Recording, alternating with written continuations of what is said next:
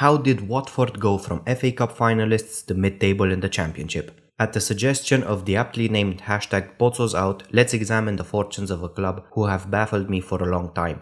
But what can be expected from a club who are called the Hornets even though they have a heart on their badge? A small club before the end of the 70s, the club's fortunes changed when lifelong fan and musical genius Elton John acquired them.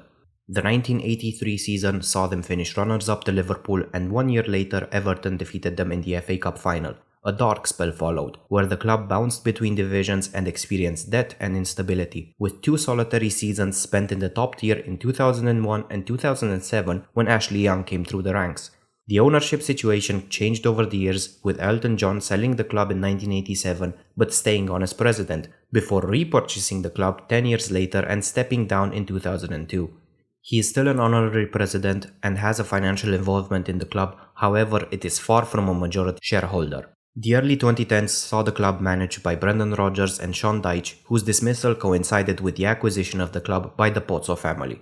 The fortunes of the family were made by Gino's father Gianpaolo, who was also the owner of Udinese and Granada.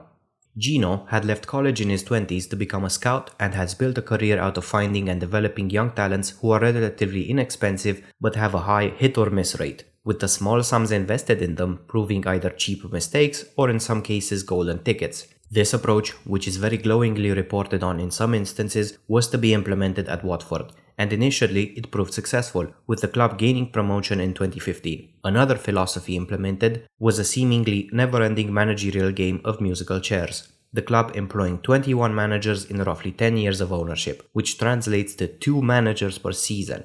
Gino is reportedly very involved in the day-to-day running of the team, being irregularly spotted at the training ground, which maybe explains his tinkering with managers that never seems to stop. Despite the insanity at board level, the club's recruitment saw them acquire the likes of Abdoulaye Doucouré, Etienne Capoue, Gerard Deulofeu and Richarlison amongst scores of players brought and sold each season. The pinnacle of this carousel was achieved at the end of the 2019 season when Watford achieved their record points tally in the Premier League and reached the FA Cup final, where City routed them 6-0. But, as with any fun park ride, the downhill portion would be truly frightening.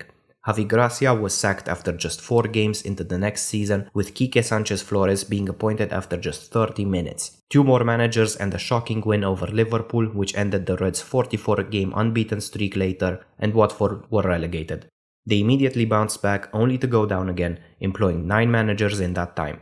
As of right now, the club finds itself in £124 million of debt, with multiple loans being taken out against the club, the stadium and the holding company by the owners. With the owners seeming shadier and shadier each day, enter stage left French-Iranian agent Arnaud Mogi Bayat. The man who is often seen next to Pozzo at games is currently facing charges of money laundering and fraud in Belgium, and has been involved with a staggering number of transfers made by Watford, and is somehow still allowed to operate in the footballing world. Watford fans have seemingly had enough of their club slowly descending into madness, and protests are springing up more and more often at games. This season, João Pedro has already been sold to Brighton, and one could assume that Ismail Assar will also be sold, having been linked with a move away in every transfer season for the past few years. With a huge amount of debt, the squad risks being picked apart, and Watford might have to pick up the smouldering pieces in League 1 or League 2.